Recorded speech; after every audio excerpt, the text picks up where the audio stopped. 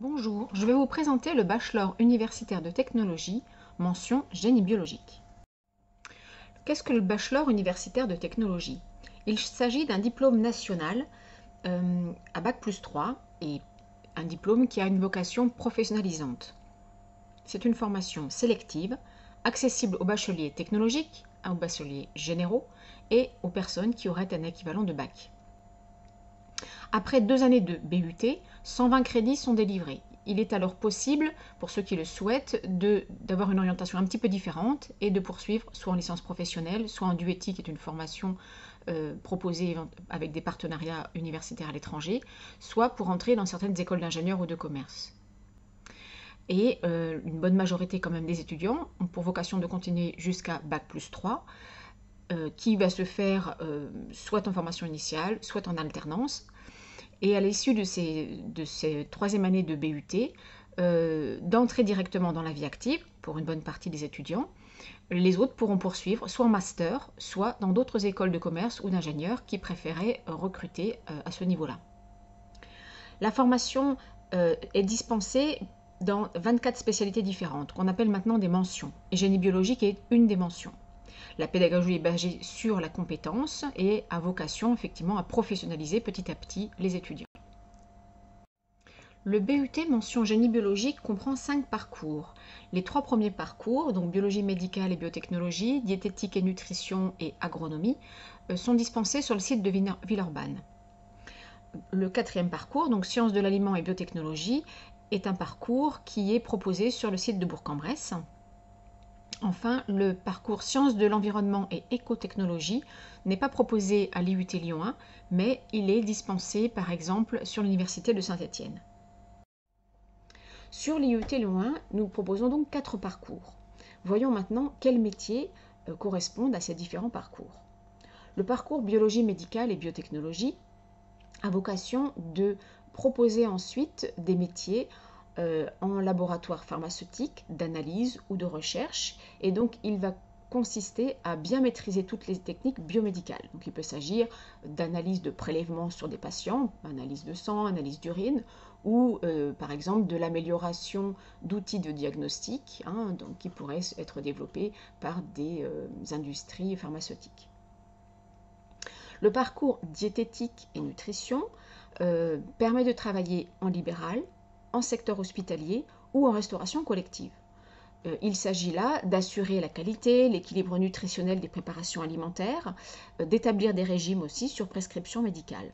Donc en quelque sorte, il s'agit d'une part de la diététique du bien portant ou de la diététique du patient qui serait atteint de troubles alimentaires.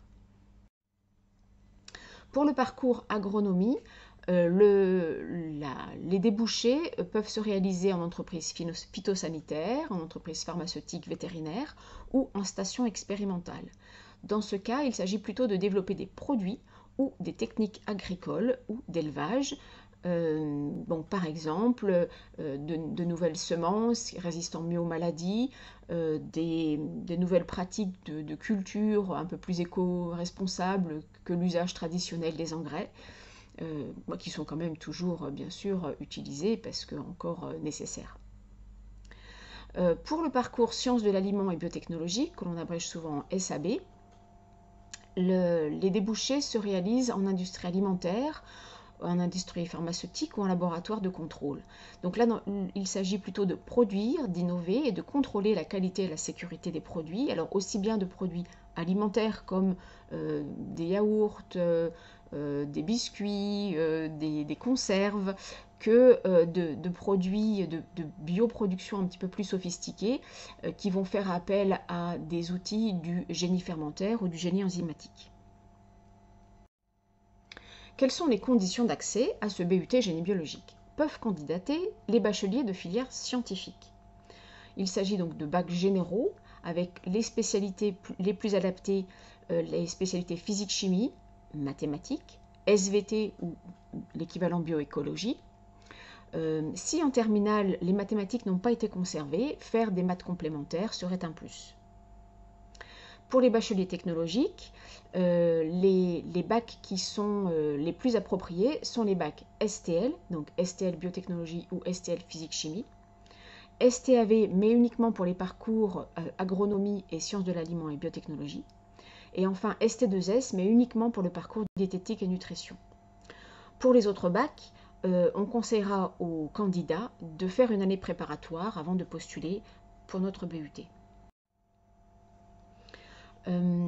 Pour candidater sur Parcoursup, il va s'agir donc de déposer une candidature par parcours, par type de parcours et par lieu. Par exemple, si vous déposez sur l'IUT Lyon 1 une candidature en agronomie et en sciences de l'aliment et biotechnologie, ça vous fera 2 vœux. Par contre, si vous postulez en sciences de l'aliment et biotechnologie sur Bourg-en-Bresse, donc sur l'IUT Lyon 1 Bourg-en-Bresse, puisque c'est le seul site qui le propose, et sur, par exemple, Dijon, et bien là, ça vous fera un vœu et 2 sous-vœux. Sélection sur dossier.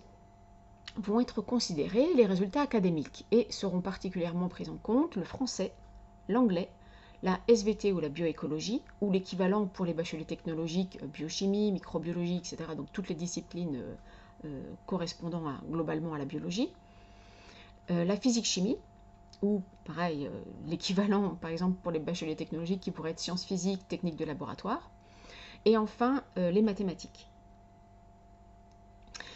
On va également regarder le savoir-être, donc seront consultés la fiche à venir, l'assiduité qui va être mentionnée dans cette fiche et dans les bulletins, l'appréciation de l'équipe pédagogique. Enfin, la motivation va aussi être prise en compte. On va regarder en particulier si le candidat a une bonne connaissance de la formation et s'il a bien réfléchi à son projet professionnel. Donc, c'est la lettre de motivation qui va nous permettre de vérifier un petit peu l'adéquation entre le choix du candidat et comment il se projette pour l'avenir. Alors, pour les nouveaux bacheliers généraux de 2021, bon, nous savons que ça a été des années compliquées et que les choix de spécialité se sont faits un petit peu, se sont faits tôt et que ça a été souvent difficile pour les lycéens. Donc, les dossiers seront considérés avec beaucoup de bienveillance. Comment se fait l'organisation des enseignements? Il faut compter environ une trentaine d'heures d'enseignement par semaine, qui se répartissent ainsi une majorité de travaux pratiques qui se déroulent par groupe de 14 étudiants, 13-14 étudiants. Cela représente à peu près la moitié de la semaine de cours. À côté, il y a des travaux dirigés, donc avec un groupe classe, voilà, 26-28 étudiants, 30% de la semaine à peu près, et le reste des cours magistraux, où là effectivement ils sont en promotion complète, donc une petite centaine d'étudiants. À côté de ces enseignements, il y aura du travail personnel parce que comme l'apprentissage va se faire par des mises en situation et par des travaux de groupe, il y aura en particulier pas mal de travail personnel, plus le travail bien sûr de révision des cours. Précisons l'organisation de ces enseignements. La formation se déroule donc sur 3 ans et elle se fait en contrôle continu. L'apprentissage s'effectuant par compétences. 5 blocs de compétences ont été définis pour la mention génie biologique.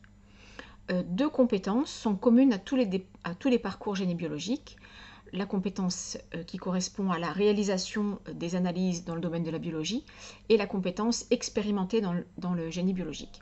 Donc dans ces 2 compétences-là vont être abordées des disciplines comme la physique, la chimie, la biologie, la microbiologie, l'immunologie, de façon un petit peu transversale à tous les parcours génie biologique, et savoir comment on mène une analyse et comment effectivement on pose une hypothèse et on vérifie le résultat d'une hypothèse quand on veut faire de l'expérimentation.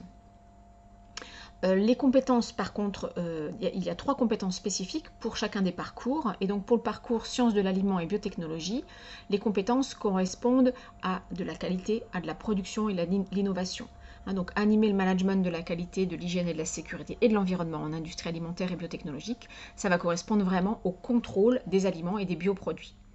Organiser la production des aliments et des biomolécules, il s'agira là de maîtriser les process de transformation.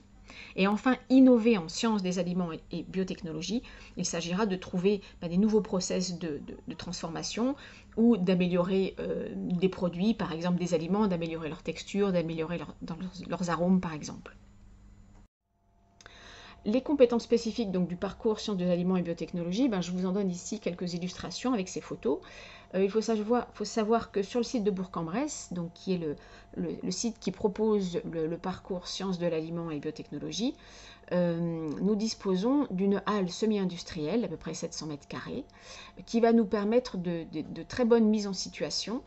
Donc les étudiants pourront ainsi produire du fromage blanc à partir de lait, produire des filets de saumon fumé à partir de saumon entier par exemple, et ils vont pouvoir donc produire et contrôler également leurs produits en cours de production.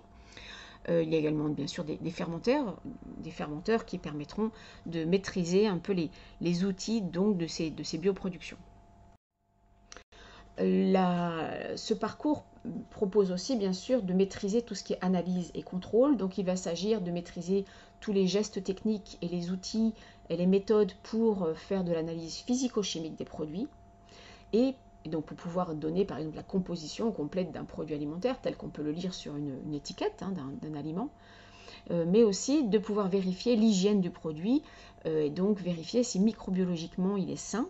Donc il y aura également énormément de travaux pratiques de microbiologie.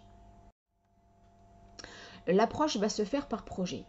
Et donc il y aura de nombreuses mises en situation avec des recherches et des expériences à réaliser en groupe et en demi-autonomie.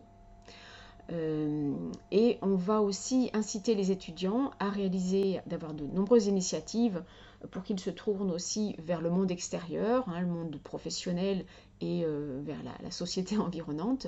Donc ils pourront proposer des ateliers scientifiques vers des écoles, participer à la fête de la science, proposer des expositions et participer entre autres à des concours d'innovation alimentaire qui les mettront au contact de professionnels. Et ça, ce sera en particulier proposé dans la compétence d'innovation. La préparation à l'insertion professionnelle va se faire de différentes manières. De nombreux professionnels sont impliqués dans l'enseignement. Des visites d'entreprise sont organisées également tout au long du parcours.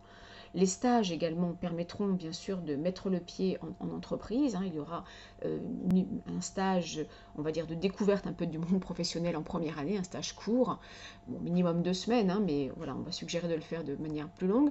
Un stage plus long en deuxième année et un stage encore plus long en troisième année, donc de 16 semaines minimum.